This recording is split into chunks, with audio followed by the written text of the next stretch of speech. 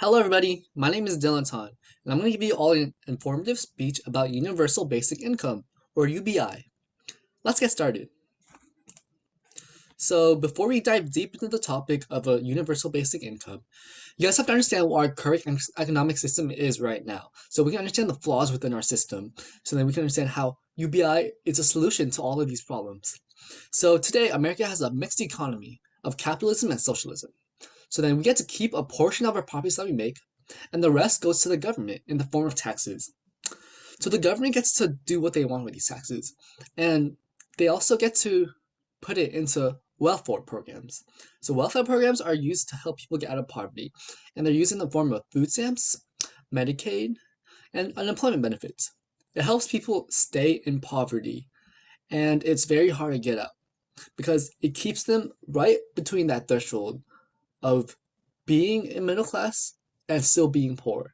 It's hard to get over that hump, as we will discuss later. So, as you can see from the graph right here, the gap between the rich and the poor is increasing, and it's getting really bad with this system right now. So, what is a UBI? A universal basic income is an economic policy that gives everybody a specified amount of money every month with no strings attached. It may end poverty forever or ruin our economy. So the goal of a UBI, a universal basic income, is meant to fix the current problems in our system and lessen the gap between the rich and the poor, while making it easier to climb up the economic ladder and escape poverty. Okay, here are the three main points that we will be discussing throughout this slideshow. Number one, more time to pursue aspiring career goals. Number two, stronger unions. Number three, debt. These 3 points also have large fallacies within it, so we'll be also be discussing these fallacies later on in the slideshow. So I'm gonna give you guys all a question. What would you do if you were given $1,000 a month? I'll give you a minute to think about it. Okay. So number one, more time equals more opportunity for personal investment. So a lot of people that are working in low income jobs, they are working paycheck to paycheck. So this means that if they miss a day or two of work, that they will not be able to feed their families or pay rent or have a home to live in. So if people are paid $1,000 a year, these basic needs are all covered. They will not have to worry about paying their bills on time and doing all these things. They would have more time to pursue a higher education, to create a business, or to pursue a higher career goal that's higher up in the economic ladder. So, an article written by DeCosta Klepa talking about how a UBI should be implemented, he mentioned how Mark Zuckerberg said that if it wasn't for him being financially stable, then he would not have learned how to code. Thus, he would not have started Facebook. He would just be in the poverty cycle, just like everyone else. So there was a study done in Stockton. This was written by a man named Treisman 2021. So people were paid $500 a month for a whole entire year. It was a sample size of 125 people. So at the end of the study, there was an increase in welfare and financial stability. In this quote, it says individuals spend most of the money on basic needs, including food, merchandise, utilities, and costs, with less than 1% going toward alcohol and tobacco. So this quote is saying that all the money that the people got, they used it on basic needs. They did not spend it on things that were not necessary. So this is alluding to the fact that since all their basic needs were dealt with, that they were spending this extra time pursuing extra career goals or pursuing higher education. They were working on themselves. This is called a personal investment. However, it is still a risk. That study done with 125 people, it was such a small sample size. It's not what would actually happen in the actual US with 200 million Americans. So the thing is, we probably think that people will start getting lazy because during the COVID-19 pandemic in 2020, people were giving a large amount of money in unemployment benefits. So every month they would get a large amount of money, and then a lot of these people ended up not working anymore. They just quit their jobs. So the unemployment rate was high during the COVID-19 pandemic. But we also got to think about the fact that a lot of people might have quit their jobs because they did not want to work in real life because they were scared of COVID-19. So it's a mix of both, but we don't understand quite yet how much the factor about getting paid a monthly stipend was the reason why they quit their jobs, right? So number two, stronger unions. So a lot of people, they work in unsanitary sweatshops with 70-hour work weeks, and just the work conditions are terrible.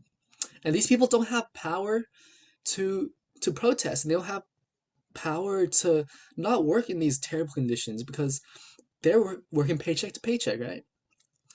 So if they get a UBI, they'll be able to afford to go on strike. So they'll have enough money so that they can protest against the employers because they now have leverage over the employers, these firms. So then they can demand higher wages and a better work condition. So in this quote by Morley, he says that, therefore, a BI would significantly reduce the vulnerability experienced by the precariat because it would provide the financial means to leave workplaces that do not offer reasonable conditions. So this goes back to what I was saying. They would have more power over their employers, and this means that they can do whatever they want. They can move a job if they wanted to. They can pursue higher education. They can do whatever they want with all of this leverage. So they will force employers to pay them more money. However, will low-income workers abuse their power? So if the minimum wage increases, then there will be less workers because the employers can no longer afford to have a lot of workers anymore. So they're gonna have to cut off a lot of jobs. And this will lead to an increase in unemployment, which equals to less profits. So as you can see from this graph right here, it is the labor market graph. So on the y-axis, you see the wage rate, and on the x-axis, you see the employment rate. The red curve is the demand curve, which represents the employees, the workers. And on the purple curve, it's the supply curve, which represents the employers. So when the demand curve shifts to the right, that means that the employees are getting paid at a higher wage. So as you can see at point C, the wage rate is higher. However, the unemployment rate is also higher. So this means that there's a lot of people unemployed. So all these people that are employed, they're already getting paid from the $1,000 a month. So they're just gonna get lazy because it's impossible to find a job, and they just end up relying on the UBI and not look for another job. Which means that there will be a declining economy. Number three, debt. The cost of UBI will be $3.6 trillion a year. This is almost half the amount of federal spending in 2020 if every American adult is given $1,000 a month. However, there are ways to pay for a UBI. So an article written by Sid proposing a UBI talked about how Senator Elizabeth Warren proposed a 2 to 6% annual tax on wealth, depending on household net wealth. The Tax Foundation estimates this could raise about $2.2 trillion. There's also another article written by Chantrell that said if America also cuts traditional welfare programs, it could save about $1.8 trillion a year. So combined, this is $4 trillion worth of money that the government can give out to the people in the form of UBI. So what these two quotes are saying is that they can charge a wealth tax. So wealthy people have to pay a larger percentage in taxes, right? And the second one talks about how we will cut traditional welfare programs, which come in food stamps, Medicaid, and unemployment benefits, all of these things, because we no longer need those programs. We have UBI to replace it. However, a wealth tax has a lot of problems because when employers end up not having enough money, right, they have to pay so much money in taxes, they no longer want to innovate because the richer they get, the more they're gonna have to pay in taxes, right? So this leads to less innovation, as seen in this graphic right here. It says instead of risking anything new, let's play it safe by continuing our slow decline into obsolescence. So this employer does not want to innovate or create anything new because he does not have the large amount of money that it takes to create these new things, and he doesn't want to risk what he has already to create something new, to innovate, to change the world. This also leads to more unemployment because The less money employers have, the more they're going to cut down on their workers. So, conclusion. A universal basic income may be a risk worth taking, especially if the wage gap continues to worsen. It may also be the best solution to an ever-growing poverty cycle epidemic. At the end of it all, the evidence suggests that the pros of a UBI slightly outweigh the cons. However, no one will know if it will work or not unless it's implemented into US policy. So let's review. Number one, there will be more time to pursue aspiring career goals. As we saw in the graphic, people may have more time to pursue higher education, start businesses, and pursue higher career goals. However, the opposite may occur because people may actually be lazy with all of this money. They might just not have the motivation anymore to do these things. Number two, stronger unions. So workers will have more power over their employers to demand higher wages and to demand better work conditions. However, this may lead to long-term high unemployment. Number three, debt.